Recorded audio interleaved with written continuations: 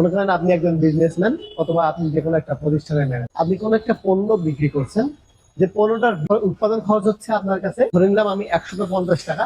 তো আপনি এই প্রোডাক্টটাকে বিক্রি করতেছেন 200 টাকায়। তো একজন কাস্টমার বা আপনার প্রতিষ্ঠানে আসার পরে আপনার থেকে এই পণ্যটা কিনলো, তো কেনার জন্য আপনি তার কাছে 200 টাকায় বিক্রি করছেন।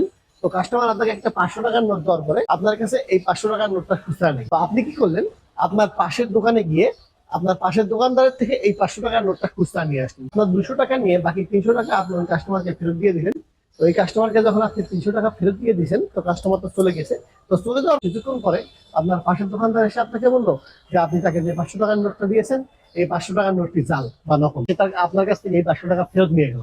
তো এখন কথা হচ্ছে আপনার সর্বমোট কত টাকা লস হয়েছে। আপনার বোঝার সুবিধার্থে আরেকবার বলছি, আপনি 150 টাকা একটা পণ্য উৎপাদন করছেন, এটাকে বিক্রি করছেন হচ্ছে আপনি 200 টাকায়।